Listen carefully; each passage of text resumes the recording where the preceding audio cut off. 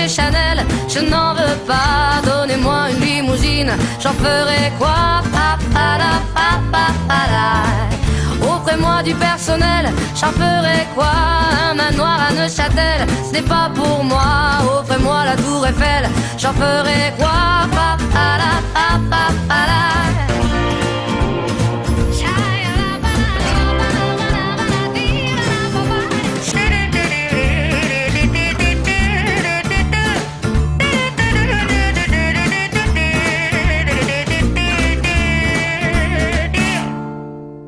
Bienvenidos a Cuarto Intermedio, el programa del Colegio de Abogados. Roque. Gonzalo, buenas tardes. Buenas tardes a todos los amigos que nos siguen semana a semana por la señal de Somos Salta. Le agradecemos muchísimo. Y bueno, acá con un programa que va a tener dos temas muy importantes. Así es. Bueno, semana de mayo, ¿no? Por eso tenemos las escarapelas. Digamos, ayer fue el día de la escarapela. Sí, así que mayo, el día de mi cumpleaños también. Así que feliz cumpleaños. Saludarte a tiempo. Así es. Bueno, ¿qué programa tenemos hoy? Realmente temas variados. Dos temas muy importantes. Vamos a hablar de un libro de violencia familiar con los autores, con el juez Daniel Canaboso, con la doctora Claudina Xamena. Un libro de reciente edición, un libro que no debería faltar en la biblioteca de los estudios, ¿no? No, muy importante. Y también vamos a hablar de, un tema que estuvo esta semana y la semana anterior respecto al juez Faitz, ¿no es cierto? Y se habla siempre de la imparcialidad del Poder Judicial. Exactamente, vamos a hablar de la justicia del Poder Judicial en su relación con los otros poderes, la estabilidad de los jueces, a raíz del tema Faitz. Para ello convocamos a dos constitucionalistas, al doctor Omar Carranza y al doctor Ignacio Colombo. Exactamente. Que son también profesores de la facultad, así que le decimos a los alumnos que estén atentos, hoja y lapicera para tomar nota. Así es. Bueno, por último despedimos al cuadro. Que nos acompaña todos estos 4 programas, la verdad que una obra de arte, se llama Calle de Molino, recordemos, es la obra de Ignacio Coll. Y la próxima semana vamos a tener un nuevo artista invitado. ¿Un nuevo artista? Sorpresa, no lo vamos a adelantar. No. Estamos esperando que nos confirmen todavía. Así que bueno, le recordamos a todos los artistas que quieran traer sus obras a fin de que las podamos mostrar para todos los televidentes. Lo pueden hacer, nos mandan un mensajito de texto al 154 20 14 96, 154 20 14 96. También a todos los amigos que nos quieran escribir lo pueden hacer en este celular, ya sea un mensaje de texto o un WhatsApp. Así es. Bueno, nosotros reponemos una nueva sección que inauguramos en este programa. Vamos al informativo de Cuarto Intermedio.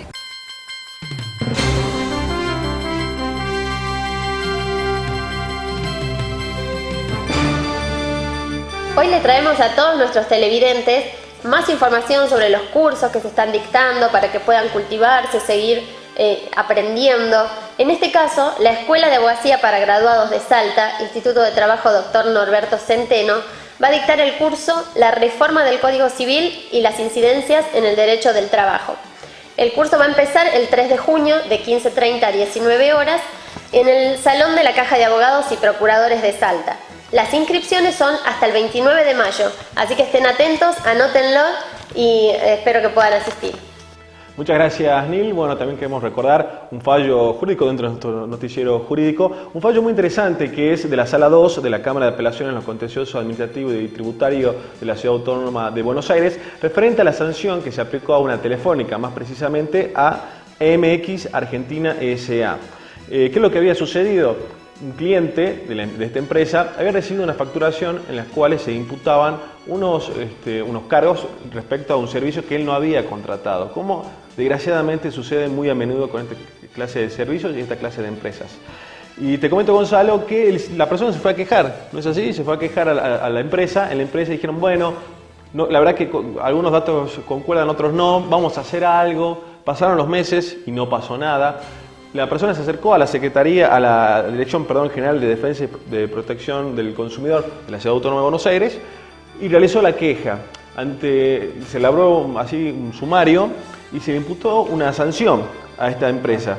Una sanción por una multa de 40.000 pesos porque faltó al deber de información hacia su cliente y además una sanción por 10.000 pesos correspondiente a lo que llamamos el daño punitivo, que para que la gente lo entienda sería como una amonestación. Que ha sido fijado de manera administrativa, ¿no? De manera administrativa. No por el Poder Judicial, sino por el propio Poder Ejecutivo, por el propio Administración, ¿no? Exacto. ¿Qué es lo que sucedió? La empresa apeló, la empresa MX Argentina, y el fallo llegó a la Cámara de Apelaciones, como decíamos al principio, en la Sala 2, donde ratificó esta sanción, diciendo que la empresa, una vez que ya había, por más que había dado de baja 3 meses después al cliente, efectivamente había faltado al deber de información y efectivamente había cometido una infracción por lo cual correspondía el daño punitivo, que son 10.000 pesos, recordemos, una cifra interesante, pero para estas empresas es una cifra baja. Aún así es interesante destacar lo que es el daño punitivo porque muchas veces acá en Salta todavía no se conoce y muchas veces no se aplica desgraciadamente. Nuestros juzgados son tímidos con respecto a esta figura, ¿no? A la hora de aplicarla. Así es. Así que bueno, un fallo para tomar en cuenta y aquellos colegas que puedan acceder a la página del SIG lo van a encontrar. Así es, seguimos, Roque, Nil, también con un fallo. En esta oportunidad es el fallo de la Cámara de Apelación en lo Civil y Comercial de Azul, un voto del doctor Galdós, Jorge Galdós, un reconocido doctrinario argentino, en el caso RJL contra Transportes Cruz del Sur S.A. sobre daños y perjuicios, un fallo que lo vamos a colgar en nuestra página de Facebook para todos nuestros televidentes. Acá el actor reclamaba indemnización por la pérdida de un ojo. Y el doctor Galdós, en su voto, resuelve el tema de cuánto y cómo se debe indemnizar el daño moral, digamos, porque son cuestiones difíciles de cuantificar, ¿verdad? Claro, cuando se rompe un auto se puede decir, ¿no es cierto?, con valor material concreto y se puede calcular el valor del vehículo en el mercado. Exactamente. Pero cuando uno pierde un ojo, ¿cuál es el valor? ¿Cómo se calcula? ¿Cuánto vale tu ojo?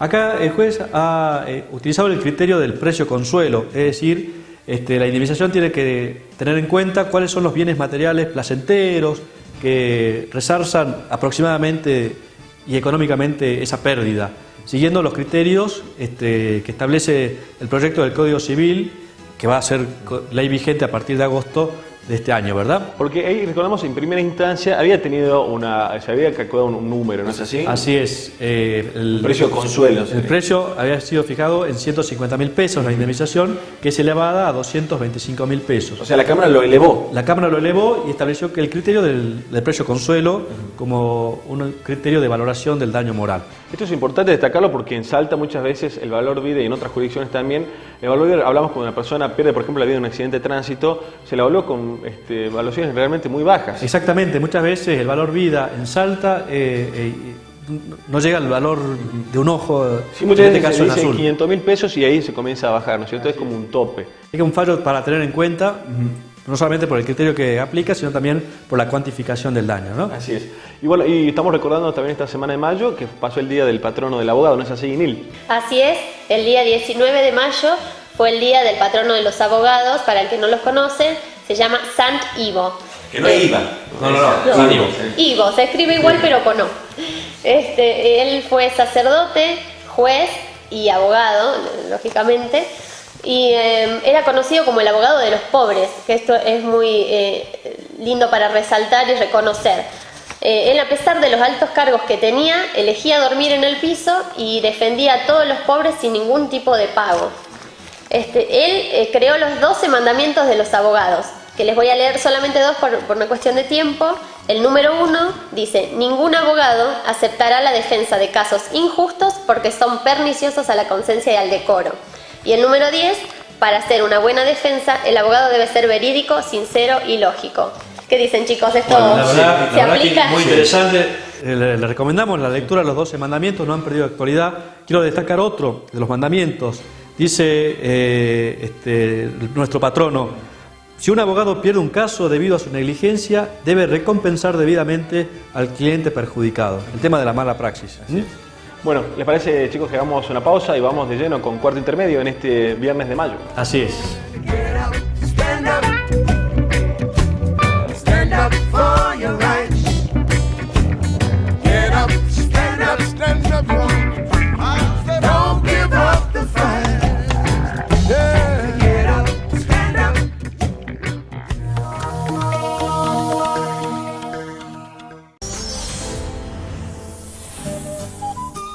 Ganadería, agricultura, industria. Las novedades de un sector en constante movimiento. Cambio Agropecuario con Jorge López. Sábados a las 13 por Somos Salta.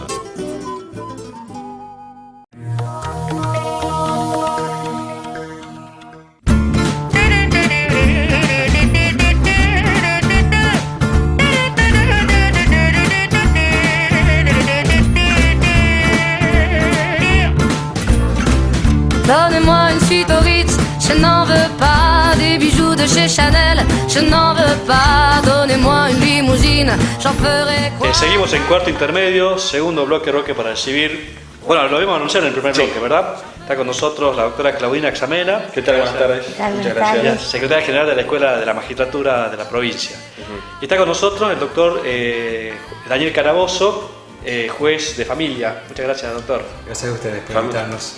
Familia secta. Así es, familia secta. Bueno, hablamos del doctor, digamos, Sí, del fallo. justamente la semana pasada con la doctora Carolina Vareta respecto al régimen de adopción. Así es. Bueno, el tema por el que hemos convocado, bueno, se ha presentado hace una semana, un libro, lo tenemos aquí.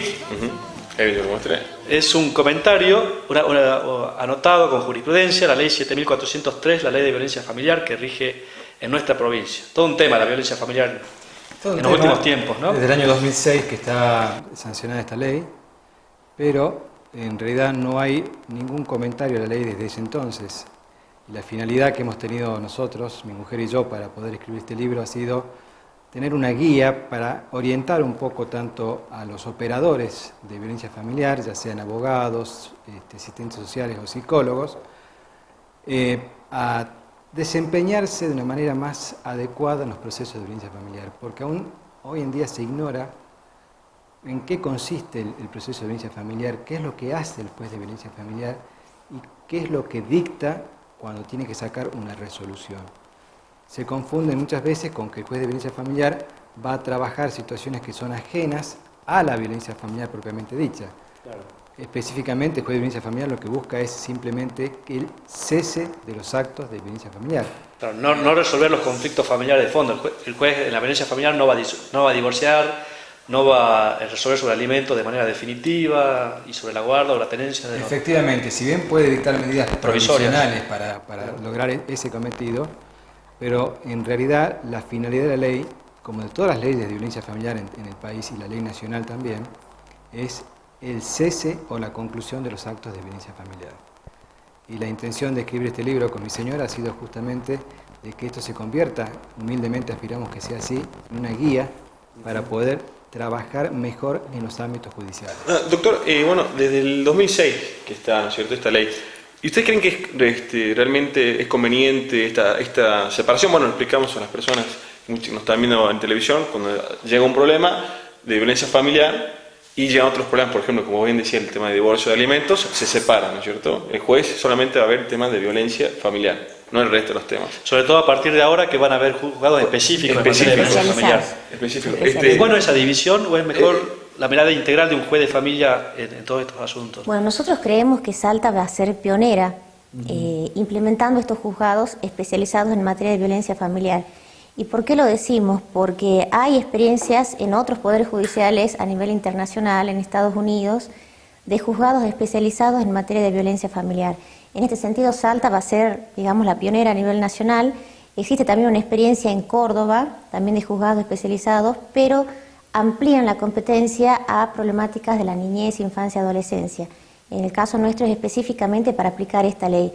Por eso es que, más allá de las palabras que pronunció Daniel, nuestro aporte de hacerlo en este momento preciso, que consideramos que para la historia del sistema judicial del salteño es un momento histórico, justamente porque se va a crear 2 juzgados especializados acá en el Distrito Centro y 1 en cada distrito del interior. Claro. El año pasado tocamos este tema también, sí. recordemos con los televidentes, y bueno, a veces lo que sucede, muchas veces compartimos, es que ¿qué sucede cuando ingresa la denuncia, ¿no es cierto? Cuando ingresa la denuncia y cuando ingresa una segunda o tercera denuncia, son por ahí la misma pareja, ¿no es cierto?, el mismo núcleo familiar, pero son distintos hechos, distintos sucesos. Se unen, se vinculan los expedientes. Por supuesto, se vinculan, sí. O sea, no importa el juez que está de turno atendiendo en ese momento, el juez que está de turno en ese momento va a dictar las medidas cautelares y va a declararse incompetente para que vaya el juez que primero previno, es decir, el juez que primero intervino, ¿sí? Pero al respecto nosotros somos muy críticos de la situación de los turnos porque hemos comprobado, yo particularmente, que un grupo familiar puede estar afectado por distintas medidas cautelares, a veces contradictorias entre sí. Por eso sostenemos en el libro que sería bueno que desaparezcan estos temas de estos sistemas de los turnos. Ahora bien, habrá que ver cómo la Corte de Justicia implementa el funcionamiento de estos juzgados de violencia familiar. Con una mesa distribuidora única para ese tipo de juzgados. Exactamente, sí. Y ellos sí. también van a tener, digamos, a su disposición lo que hoy tenemos nosotros, que es la Oficina de Violencia Familiar, la claro, OVIF. La OVIF, sí, sí, sí. Uno de los temas que se habla del tema de violencia familiar, bueno, uno el colapso de los juzgados de familia, que seguramente con la incorporación de los nuevos juzgados, quizá, ojalá sea así, esta cuestión se pueda superar. Y el tema de los tiempos procesales, si bien, digamos, la ley 7403 establece un procedimiento sumarísimo, en la práctica, digamos, no termina siendo un proceso sumarísimo por distintas cuestiones que tienen que ver con la infraestructura y con los recursos humanos, digamos. No solamente por eso. Por ejemplo... Tiene que ver también con lo que decía acá su colega, sí, con el tema de las distintas denuncias, porque se van sumando denuncias que son a veces contradictorias o contrapuestas, porque el que primero se denunció como víctima, después aparece como agresor y así. Entonces eso obliga al juez a refinar su trabajo, a implementar una serie de medidas para investigar y determinar cuál es la verdadera interrelación familiar, de manera que pueda dictar medidas atinentes a ese grupo familiar en particular para poder sobrellevar o superar la violencia familiar, ¿no? Claro, así es. Bueno, pero muchas veces Sí. también sucede, ¿no es cierto?, que se produce la demora, por ejemplo, en la producción de las pericias, ¿no es cierto? Claro, hacer digamos, un pericial, un asistente social. Los informes técnicos que habla la ley, ¿verdad? Por ahí Los se informes demoran. interdisciplinarios. Si nosotros justamente en un artículo donde establece las medidas, hacemos una distinción que la ley no la trae muy bien clara en su redacción y que son las medidas de protección de aquellas medidas que son para buscar la verdad de los hechos, que nos suena más a los que somos del ámbito civil, al juez, a las facultades que tiene el juez que tiene que investigar en el sistema anterior o ahora, en el sistema actual, a las medidas que puede tomar el fiscal o que puede pedir para investigar la verdad de los hechos. Y en realidad, si volvemos otra vez al objeto de la ley, el objeto de la ley no es buscar la verdad de los hechos, es proteger de forma inmediata e instantánea a la víctima. Entonces, por ahí nosotros hacemos nuestro aporte a alguna futura modificación de la ley, decimos estas medidas habría que distinguirlas. No tienen todas el mismo objetivo, unas protegen y las otras son de investigación, si se quiere. Claro, efectivamente. Y justamente una de esas medidas que el juez puede dar son los informes multidisciplinarios, y específicamente nosotros en la obra rescatamos que sería necesario que en el juzgado el juez estuviera acompañado con su equipo. Un equipo de... ¿Qué es lo que está exigiendo ¿Qué es la lo que reforma del el nuevo Código Código Civil? Efectivamente, Exactamente. digamos, que... Entonces, si estos juzgados nacen ahora, se implementan justamente con la entrada del nuevo Código Civil, ¿cuánto más sería importante tener estos equipos trabajando en los juzgados? Hablamos de un psicólogo y un asistente social. Muchas veces la demora que decía acá el doctor se debe a que debemos esperar que el oficio que sale con las medidas llegue a la unidad de servicio de asistencia social. Y sabemos que no es el único proceso que colapsa las oficinas. Existen muchos otros pedidos de otros jueces, de todos los fueros, de otros fueros, y que a lo mejor también merecen atención, obviamente, pero la celeridad con la que tiene obligación el juez de responder acá no es la misma. Es necesaria una inversión presupuestaria importante, digamos. Sí, o también recursos. lo que nosotros también apuntamos es a la redistribución de los recursos. Claro. Ustedes saben que cuando no se cuenta con muchos recursos, lo mejor es ir a una gestión y una redistribución de roles con los mismos recursos humanos.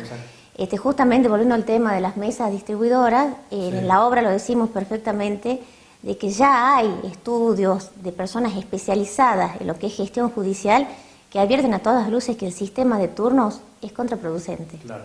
Es contraproducente y crea ciclos de alta y luego de descarga, mientras en un solo operador se ve enfrentado, es un solo juez que debe en ese momento recibir las denuncias de todo un distrito, cuando bien podrían ser 2 o más.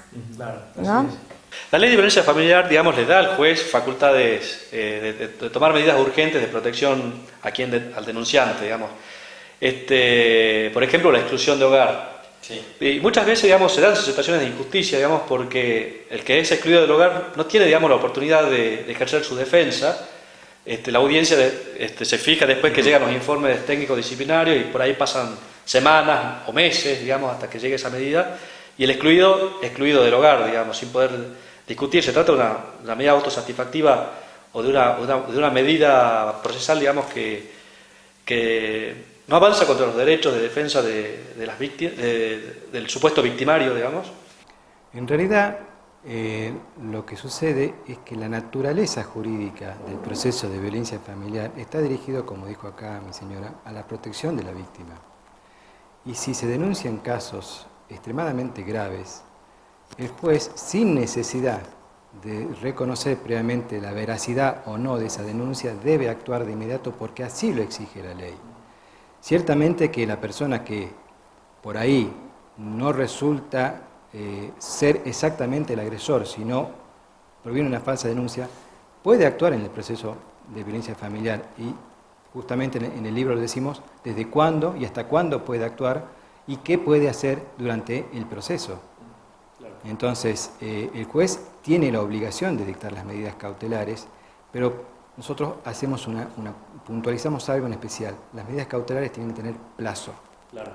Nosotros, plazos razonables, porque si nosotros ponemos una medida cautelar sin un plazo o una determinación específica, la persona no solamente va a ver que no tiene una solución ya a su situación, sino que además, como bien lo decían ustedes, hay otros problemas atrás de la violencia familiar. Y esos problemas son la tenencia de los hijos, el régimen de comunicación de los hijos, puede haber también un divorcio, otras cuestiones que necesitan, por lo menos en el caso de la mediación, tener una situación definida, es decir, cuándo me puedo sentar frente a un mediador para poder hablar sin violar una disposición de un juez. Claro. Efectivamente. Bueno, otra también de las cuestiones al principio cuando salió la ley era respecto a que fuera los juegos de familia, ¿no? ¿Sí? Porque tiene una naturaleza especial.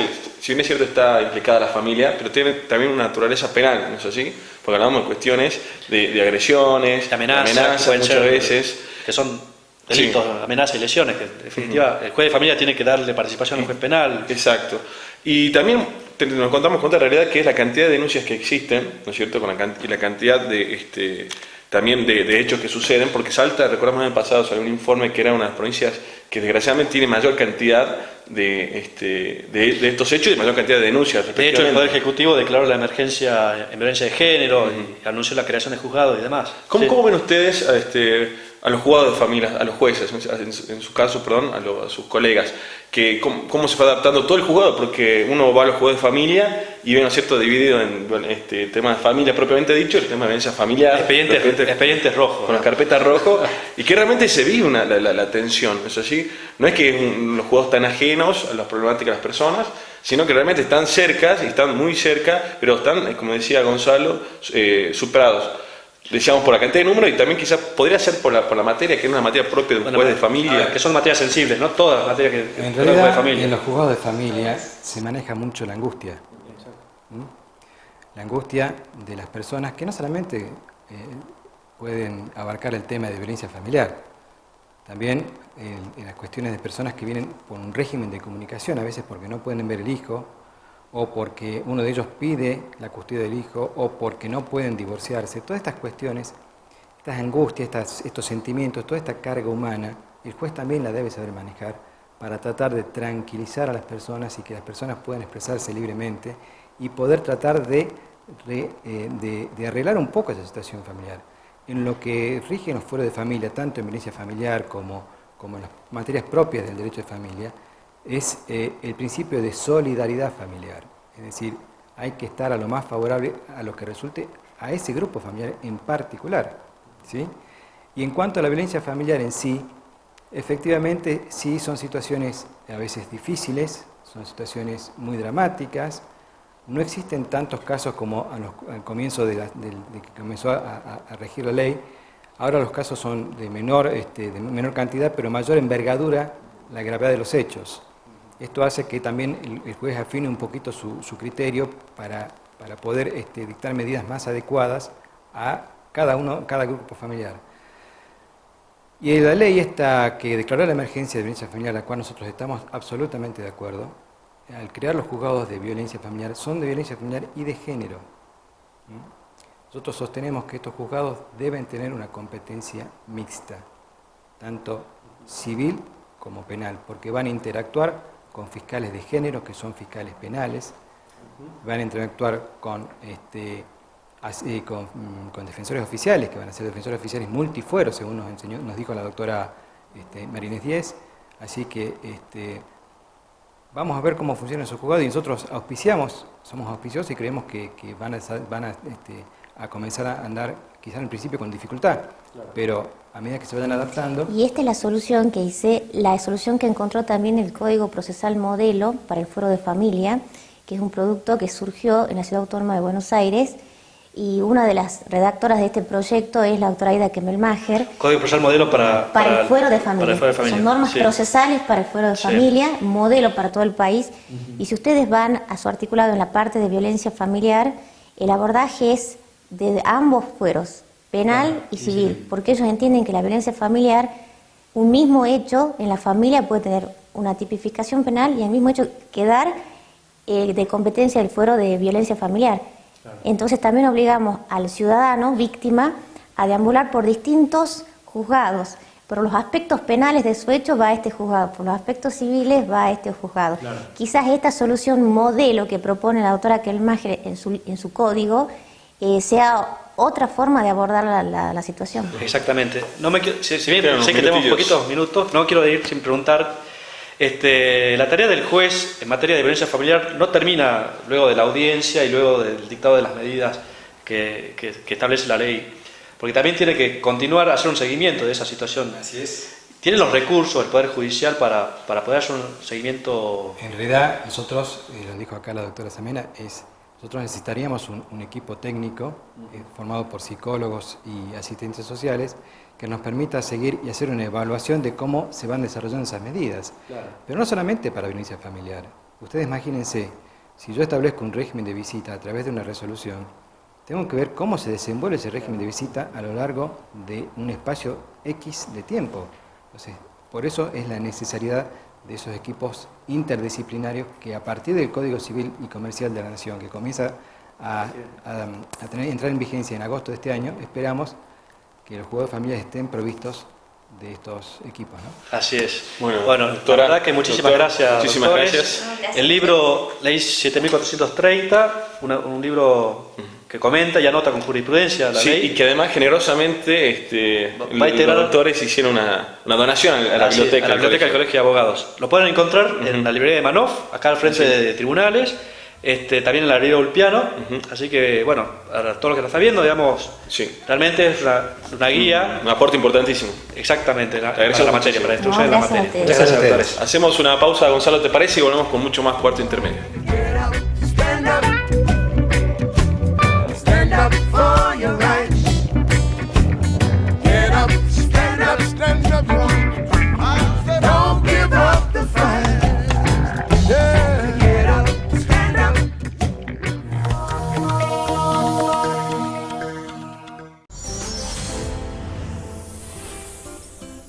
Los temas que le interesan a la comunidad, analizados bajo una mirada bien salteña.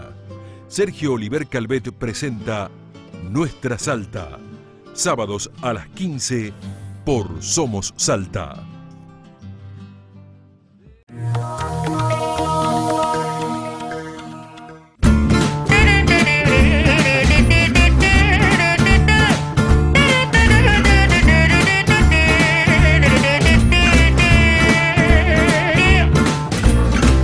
Donnez-moi une suite au Ritz, je n'en veux pas. Des bijoux de chez Chanel, je n'en veux pas. Donnez-moi une limousine, j'en ferai quoi?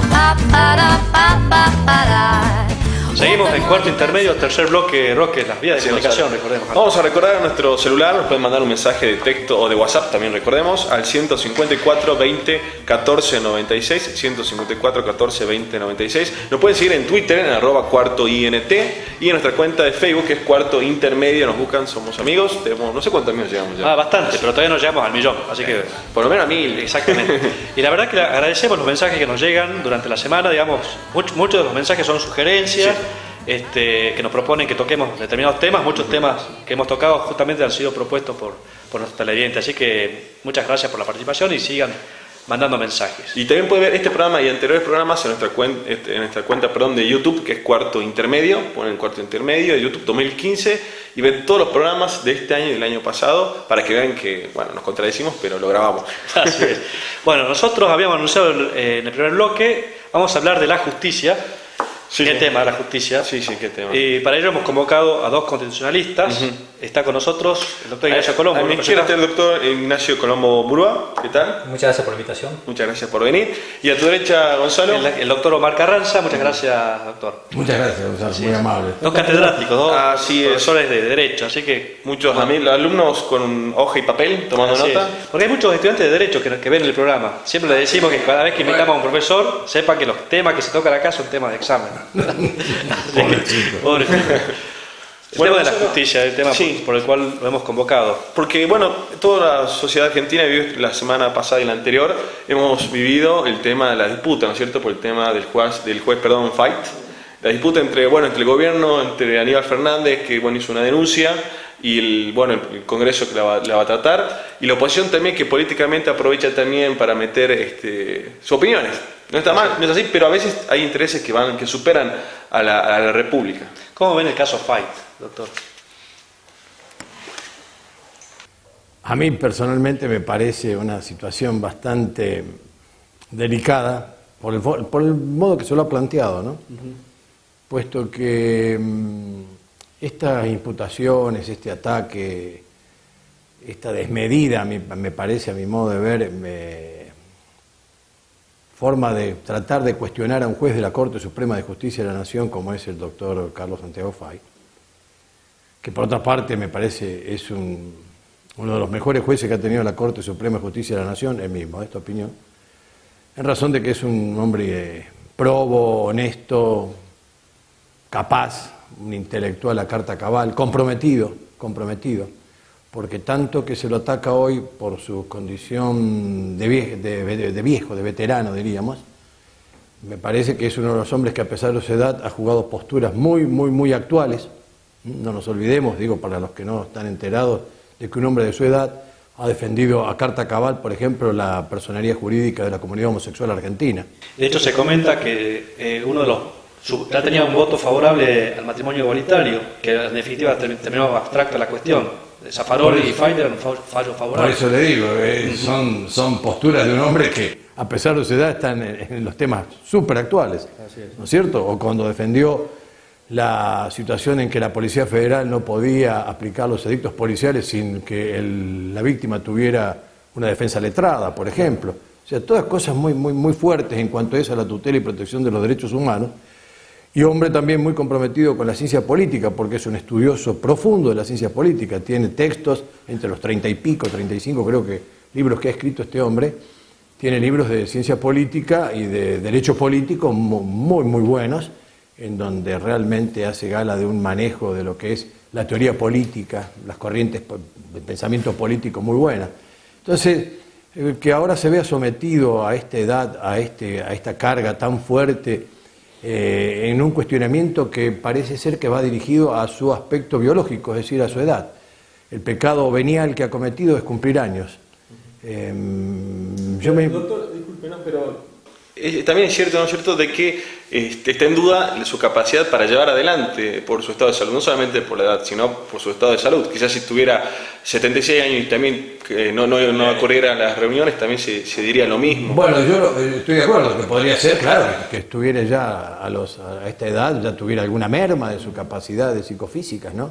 Porque no es un cargo menor, no estamos hablando... No, el tema es ¿cómo se lo hace? Por eso dije al comienzo, cómo se lo encara el tema, puesto que ya las imputaciones que han corrido y todo el mundo conoce es de que no está en condiciones, está senil, que no tiene cabal dimensión de lo que firma, etcétera, etcétera. Todo esto sin haber todavía tenido un informe pericial, a los que me refiero, a los que mencionan estas cuestiones, ¿no? Sin tener informes previos, sin tener diagnósticos, sin tener nada, y ya así abiertamente es como lo que lo están descalificando como para que esté capacitado para ejercer tremenda magistratura que es ser miembro de la Corte Suprema de Justicia de la Nación. Yo creo que lo menos que se merecía era respeto a este juez de la Corte, es decir, que si aquellos que tenían dudas y querían iniciar un proceso para ver de verificar en qué condiciones psicofísicas estaba este magistrado, tendrían que haberlo hecho serenamente, prudentemente, con todo el respeto que merece este magistrado, y seguir los pasos pertinentes. Incluso yo estoy de acuerdo que, siguiendo la vigencia de las normas, se le puede iniciar un juicio político, como a cualquier magistrado, no depende de la edad de esto. Pero esto debería haber sido un proceso con un respeto hacia la figura de este magistrado, que me parece que su campaña de más de 60 años vinculados a la justicia y al derecho, y a todo lo que es la tarea doctrinaria, merecía. Entonces aquí es donde uno le llama la atención, la virulencia con que se encara el tema, ¿no? No porque no se le pueda hacer, por supuesto, como cualquier magistrado, la forma el inicio de un juicio político, es la forma. Y la agresión. Doctor Conomo, ¿cuáles serían los pasos conforme a la Constitución que se deberían seguir o que se deben haber seguido? Y bueno, ahí está la vía institucional, que es el juicio político, que está determinado en el artículo 53, que es la parte de la acusación, y que lo están tratando de canalizar después de muchos días por esa vía, aunque de manera muy irregular, y aparte con algunos incumplimientos del reglamento de la Cámara de Diputados. Así que la vía sería esa. Primero, la mayoría simple para dictaminar favorablemente para el juicio político. Previo a eso, primero una denuncia, que no existe en este caso, o está la de Aníbal Fernández, que la rescataron del año pasado, con lo cual estaría caduca. Luego de la denuncia, un dictamen de la Comisión de Juicio Político con mayoría simple, por el reglamento de la Cámara de Diputados, y luego, como establece la Constitución, la acusación formal por alguna de las causales que están en el artículo 53, con las 2/3 partes de la mayoría que no creo que realmente tenga la que promueve que es el oficialismo. Exactamente. Con lo cual yo mi reflexión es que, digamos, los que hacemos derecho constitucional estamos muy habituados a esto, pues justamente el límite que hay entre lo institucional y el poder, digamos, y justamente esta pelea del Estado de Derecho, de tratar de someter el poder a las instituciones. En este caso yo creo que hay una cuestión agonal, si se quiere, desde el punto de vista político, de lucha de poder, que luego se trata de canalizar o vestir institucionalmente, que es lo que se está tratando de dar en estos últimos días con la formulación de un supuesto juicio político que hay que ver, a mi modo de ver, bastante irregular, de manera iniciada bastante y con una causal no muy clara, porque no sabemos si es la edad, si es la falta de idoneidad, si es mal desempeño, como dice la Constitución, con una causal que no está muy clara, digamos, y con la mayoría que no van a, digamos, para formular la acusación tendrá que tener esa mayoría de 2/3 partes de los miembros de la Cámara, que evidentemente no va a estar, yo entiendo que no va a estar presente en la... Con lo cual creo que es un intento, si se puede decir, de índole político, más que de índole institucional. Nuestra Constitución establece, digamos, que los jueces duran en su cargo mientras dura su buena conducta. Pero con respecto a los jueces federales, digamos, la Constitución Nacional establece un límite de edad, que justamente Fait ha sido el que ha cuestionado la constitucionalidad de esa limitación temporal hasta los 75 años, es así, ¿verdad? Recordemos a los televidentes cómo sería el sistema a partir de la Constitución del 94. Si una vez que se cumple 75 años, tiene que elevarse el pliego para que el Congreso nuevamente lo... Sí, con una nueva confirmación del Senado y designación del presidente y por 5 años más. En el caso de Zaffaroni, él decidió no continuar, digamos. Hay también un tema... ¿Cómo ven esa norma, la de los 75 años? ¿Es un límite contrario a la Constitución? Esto es algo medio... tiene alguna similitud con el tema de los profesores universitarios. Se habrá visto que los profesores universitarios, por ejemplo, mantienen su cargo hasta los 70 años. Ajá. Era hasta los 65 hasta hace poco. Se lo prorrogó 5 años más. Y ahora a los 70, indefectiblemente, pierden la estabilidad de la regularidad que han obtenido por el concurso y por lo tanto quedan afuera. Ya ahí no hay más posibilidades como las que tiene el artículo 75 de la Constitución Nacional respecto de los magistrados, que si obtienen un nuevo acuerdo del Senado se quedan 5 años más, ¿no es cierto? Con lo cual uno dice la edad, y la edad es un determinante para decir ya este señor no puede seguir más en la tarea. Es tan relativo, es tan relativo. No sé si vieron los otros días, la verdad que me vino como anillo al dedo, ver los otros días en el tribuno de aquí de la provincia de Salta, un señor que con 97 años va a correr la maratón mundial de 10.000 metros. Y tiene premios en 5.000, 3.000, 2.000. Bueno, inclusive en la corte norteamericana existe la jueza Ginsburg, que tiene, creo, 81 años. Sí, sí. Y también está sufriendo de algo similar. Sí, sí, se la vio los otros días, yo la vi en un programa. estaba bastante deteriorada, está bastante aquejada su salud, evidentemente. Y tiene mucho menos edad que Fay. En su columna, Borenstein, de unos domingos en Clarín, hacía mención a ejemplos, digamos, mundiales de arquitectos, uno muy afamado, que no me sale el nombre en este momento, 107 años y todavía trabajando. Claro. Bueno, Alicia Morovi Justo, recordamos también. Rockefeller. El arquitecto brasilero. Sí, yo creo que hay una... El que hizo Brasilia, el que diseñó Brasilia. Tal vez habría que replantear filosóficamente qué pensamos de la vejez también, ¿no? Porque la vejez está vista esto ya filosóficamente, ¿no? Como una, tal vez por el marco capitalista y demás, ya una persona que no es productiva y por ende tiene que dejar el paso fuera del sistema, a las generaciones más jóvenes. Cuando justamente hay que aprender de los viejos, digamos. Y en el mundo antiguo, bueno, estaban los consejos ancianos y demás. El Senado. Ahora sí, los arcontes. A nivel constitucional sí yo quiero decir, porque acá tengo una posición fuerte, yo creo que la reforma 94, yo soy crítico del caso Fayt, muy crítico, más allá de separando con lo que pasa ahora, que es otra cosa distinta. En la reforma 94, la Convención Constituyente, que es poder constituyente, justamente la dogmática constitucional, dictó el artículo 94, inciso 99, Es la máxima reunión de la República, del pueblo. Exactamente. Y ese artículo está vigente, digamos, más allá del caso Fayt, que tiene una... Bueno, es muy criticado y muy alabado el caso Fayt. Yo estoy desde el punto de vista crítico, pues me parece que un poder constituido como el Poder Judicial y hay una decisión encima que fue corporativa porque afectaba a los propios jueces, sus colegas, digamos, sin que se inhiban, porque fueron los mismos jueces sí. colegas de Fayt los que dictaron ese fallo. ¿No se inhibió en la Corte? No se inhibió ninguno de los jueces. No hubo con jueces. Tendrían que haber sido resueltos por conjueces, a mi modo de ver, y declararon no la inconstitucionalidad que hubiese sido tal vez el procedimiento común, sino la nulidad del artículo, que no sé qué alcance tiene. Con lo cual aplicaron la 24.309, la reforma constitucional, que establecía que si no se votaba y si no se cumplía lo que decía la ley, esa reforma iba a ser nula. Con lo cual hubo una doble limitación al constituyente, que fue la del legislador, con la ley, y la del Poder Judicial, de dos poderes constituidos, limitando al Poder Constituyente. Además, también sabemos la dificultad que es a veces para lograr la inconstitucionalidad de una norma, ¿no es así? Tratar de llegar a eso es dificilísimo. Y la misma Corte dice que no en cualquier caso, y no es muy fácil de lograr algo muy sensible. Y porque en eso está la división de poderes en juego. Exacto. Justamente que el Poder Constituido, que el Poder Judicial se meta en lo que resuelve el Poder Constituyente, es una inversión absoluta del esquema constitucional, digamos. Tenemos que ir a un corte, Roque, pero vamos a hablar de la justicia, esta vez en la relación con los otros poderes y con la sociedad. Vamos a una pausa, Gonzalo, ya volvemos más corto intermedio con el tema de la Constitución y el Poder Judicial. Stand up for your rights. Get up, stand up, stand up, don't give up the fight. Yeah. Get up, stand up.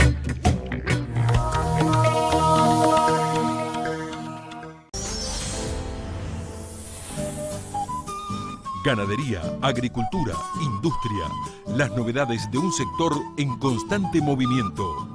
Cambio Agropecuario con Jorge López. Sábados a las 13 por Somos Salta.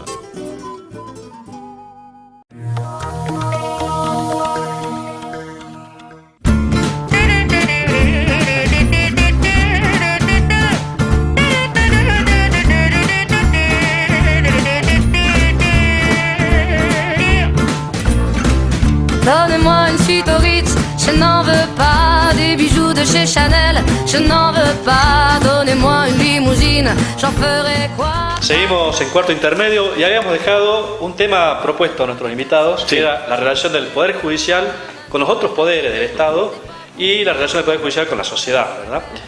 El año pasado, a fines del año pasado, la Corte de Salta hizo una encuesta entre jueces, secretarios, empleados judiciales y también ciudadanos acerca del Poder Judicial. Muchos jueces, muchos operadores veían, digamos, al Poder Judicial que no encarnaba el valor de independencia, digamos, que el Consejo de la Magistratura no garantizaba independencia en el momento de la selección de los jueces, además de mostrar, digamos, como un problema la morosidad judicial y demás. ¿Cómo es el tema de la independencia del Poder Judicial, tanto a nivel nacional y a nivel de nuestra provincia? Es un tema que está latente permanentemente en la relación, en la traba de las funciones del poder en la República Argentina, y en muchos lugares del mundo. Porque si estamos hablando de independencia es justamente porque hay una posición crítica, ¿no? No la hay. ¿Y por qué? Fíjate que en la Constitución de la provincia se está digamos, rescatando fuertemente el concepto de independencia en el propio texto constitucional, cuando dice que el Poder Judicial es independiente. No dice a sí mismo que sea independiente el Poder Legislativo ni el Ejecutivo, pero el Judicial se lo marca la Constitución. Ya te llama la atención. Después, en lo que se comenta de lo que esa encuesta y demás, y bueno, esto de la falta de independencia que se le achaca al Poder Judicial tanto a nivel nacional como provincial, obedece, yo creo, a mucho desconocimiento también. No nos olvidemos que en la República Argentina una mayoría realmente preocupante no conoce lo que es la Constitución y que son las funciones de los poderes del Estado. Las últimas encuestas son lapidarias. Entre el 74 y el 79% de la sociedad argentina no conoce cómo funciona el poder, ni qué funciones ni atribuciones tienen. Claro. Con lo cual no saben perfectamente qué tiene que hacer el Poder Judicial, qué no puede hacer el Ejecutivo respecto de las funciones judiciales, y lo mismo con relación al Legislativo. Y eso es materia de educación cívica en los colegios, digamos. Esta falta de conocimiento lleva a que cualquier cosa que suene desde la opinión pública o desde los medios de prensa respecto a cuestionar la independencia de uno de los poderes, la sociedad se haga eco y por supuesto emita juicios absolutamente negativos, o de gran desconfianza, o de falta de credibilidad. La justicia está muy cuestionada, muy hackeada. Esas mismas encuestas que mencionaba recién le otorgan muy poca credibilidad al Poder Judicial, solamente el 24%. Claro. Ahora bien, Lorenzetti siempre en sus mensajes, ¿no es cierto?, en los discursos, recuerda que el Poder Judicial es también un poder de gobierno, ¿no es así? Y bueno, existe también entre los colegas, entre los abogados, los juristas, también la postura de que el Poder Judicial tiene que acompañar la política del Poder en cierto aspecto. Lorenzetti lo ha dicho de manera clara, tiene que ser un límite, digamos, al Ejecutivo. El Poder Judicial es un poder político del Estado. Claro. Lo que pasa es que a nosotros nos han ido forjando, a mí por lo menos en la universidad, cuando yo empecé a estudiar y a poco de andar camino dentro de los claustros universitarios, lo primero que escuché de mis profesores, no todos de algunos, era que el Poder Judicial era apolítico. Y yo, los primeros pasos en la universidad, los seguí con esta idea, ¿no? Tiene que ser apartidario, pero no político. Pero no apolítico. Claro, una cosa es apolítico y otra es apartidario. Claro. Pero cuando decía apolítico era como que te pegaba un cimbrón muy fuerte y te lo desplazaba un poco de la concepción política de los otros dos, como que estos estaban aquí y el otro era un poder de segundo grado o cenicienta, como se le ha llamado alguna vez peyorativamente. Pero esto no es así. El rescate de que el Poder Judicial es un poder político verdadero, ocurrió en el sistema estadounidense, cuando se empezó a hablar de que Tocqueville, aquel famoso autor francés que decía que lo que había detectado en el Poder Judicial de los Estados Unidos, estoy hablando de los años 1830, decía que era el inmenso poder político que tenía el Poder Judicial. Tan así que hizo temblar un poco la estructura de los propios Estados Unidos cuando se decía que no debíamos caer por este inmenso poder del judicial en lo que decía Lambert, el gobierno de los jueces. Claro. Tampoco esto, el tema es cómo se logra ese equilibrio que tiene que haber entre los poderes del Estado. Porque a veces existen decisiones muy importantes, por ejemplo, recordemos el caso de la especificación, ¿no es cierto?, en cual los depósitos estaban en dólares. El fallo a través de la Corte era que se lo especificó 1,45 más el coeficiente ese famoso del CER. Sí, esa fue una decisión netamente política, no tanto jurídica. Esa fue muy política. Yo creo que hay dos funciones que tiene el Poder Judicial, digamos. Una, dentro de esta ingeniería constitucional del check and balance, digamos, de ser un contrapoder, que yo me inclino más, digamos, hay distintos modelos de corte que están bien analizadas por varios autores. Hay cortes hostiles al gobierno, hay cortes que acompañan al gobierno, hay cortes que ni acompañan ni son hostiles, sino que son neutras, pero tienen que tener una posición institucional clara, y no puedo, voy a decir una cosa que capaz Carranza no comparte, pero no creo que el Poder Judicial deba estar enfrentado al gobierno. Tiene que garantizar la Constitución. El límite está en la Constitución, el límite para todo está en la Constitución. Y después tiene otra función muy importante que es en cuanto al resguardo de los derechos. Y ahí cobra importancia todas estas facultades, no facultades, sino virtudes del Poder Judicial, de independencia, de vitalidad de justamente el caso Fight, de que sean cargos vitalicios, porque tiene que resolver los problemas de derechos de las personas de manera independiente, que esta es su función jurídica. Pero dentro de la función política, obviamente se traba con los demás poderes y ahí hay distintas posiciones.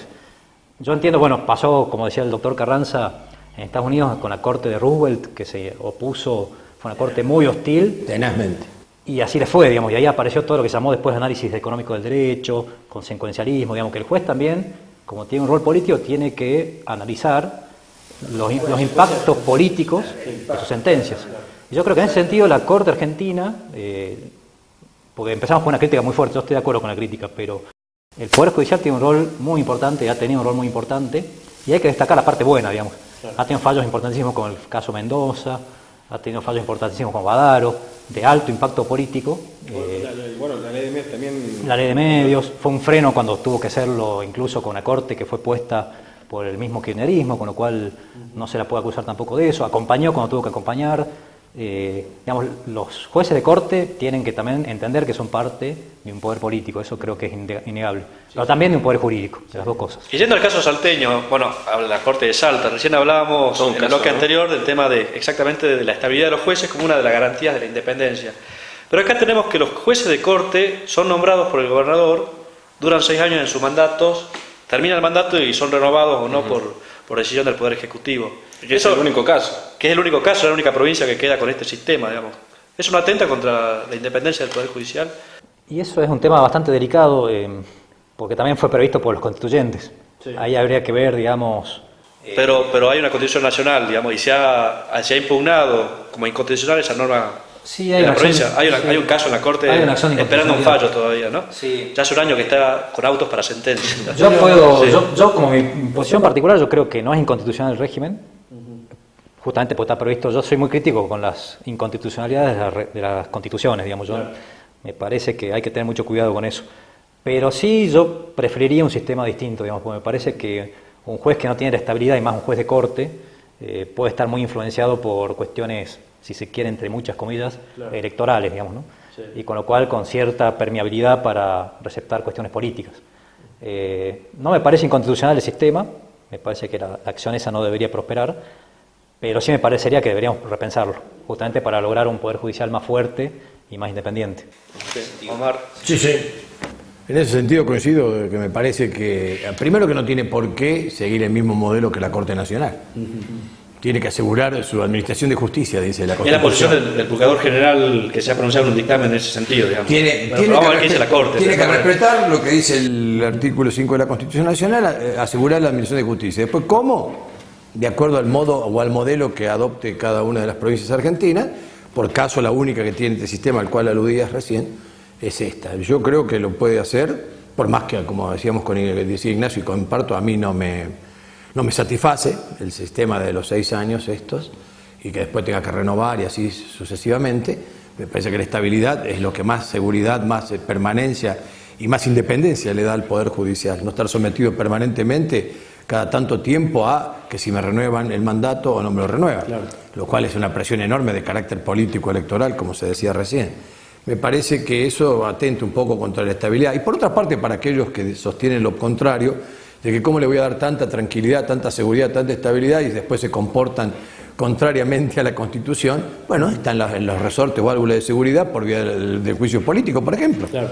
Si el magistrado no se porta bien, el juicio político es la llave para iniciar un proceso por el cual el mal desempeño, la inhabilidad física o moral sobreviniente, por ejemplo, la morosidad, este es un tema delicadísimo y no se habla demasiado, y sin embargo es una de las causales que yo creo que habría que tenerlas muy en cuenta, porque mal desempeño es tan amplio.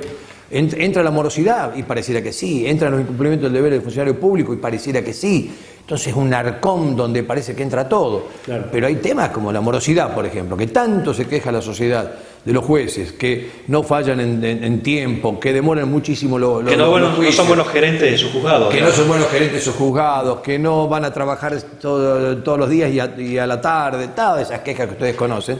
Bueno, es una causal que está en algunas constituciones de las provinciales, pero expresamente colocada, porque el mal desempeño, vamos a interpretar, está o no está, pero en algunas está morosidad o negligencia en el cumplimiento de su función, con lo cual... Nos quedan 2 minutos, Gonzalo, sería interesante. Bueno, Ignacio, si querés redondear la idea que estabas por aportar así, interesante. No, que hay sistemas comparados donde existe una solución intermedia, digamos. Por ejemplo, México tiene la duración de los jueces de corte, si no me acuerdo mal, era 9 años, que es un buen plazo, pero después no pueden ser reelegidos. Claro. Y les asegura una pensión. Buen plazo porque no coincide con el régimen de un gobierno, quizás de un mandato presidencial. Y el gobierno tampoco se reelige. Claro, claro, exactamente. Es otro tema. El gobierno tampoco se reelige. Es más, no se reelige nunca más. Porque no puede esperar un periodo y decir vuelvo. No vuelvo más. Entonces, son sistemas, como dice Ignacio, que hay que... El presidente de Uruguay, Bachelet, decía que más de 3 periodos ya es una monarquía. Así es. Y en cuanto al Ejecutivo, ¿no? Y a mí también parece por ahí, judicial es... Y la Constitución de Salta en ese sentido era un modelo, ¿no? Realmente era un modelo, que no existía ni la reelección ni la reelección, digamos. Bueno, ahora quedó Mendoza y hemos retrocedido. Mendoza y Santa Fe, la única que no tienen reelección en la República Argentina. Así es. Bueno, se acaba el tiempo. Realmente cortísimo el tiempo porque quedan muchos temas en el tintero. Así que seguramente para nuevas convocatorias, seguramente. No, muchísimas gracias, muy amables por la invitación. Agradecemos también a los amigos de Vino Olvidable con el excelente catering que nos acompañan programa por programa, los amigos del Gran Bur. Sí, les invitamos a todos los televidentes a que se acerquen, a que prueben las exquisiteces y el excelente lugar que tiene Vino Olvidable justo antes de la rotonda del Gran Bur. Así es, y nosotros nos encontramos el próximo viernes a partir de las 3 de la tarde. Puede ver este programa los viernes a las 15 y los martes a las 6 de la mañana para los que quieran madrugar. Así es, por cada edición. Muchas gracias. Nos vemos.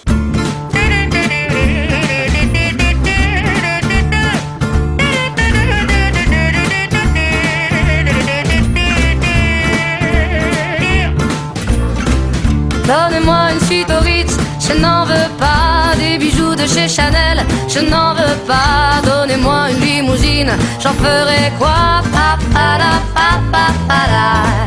Offrez-moi du personnel, j'en ferai quoi? Un manoir à Neuchâtel, ce n'est pas pour moi. Offrez-moi la tour Eiffel, j'en ferai quoi?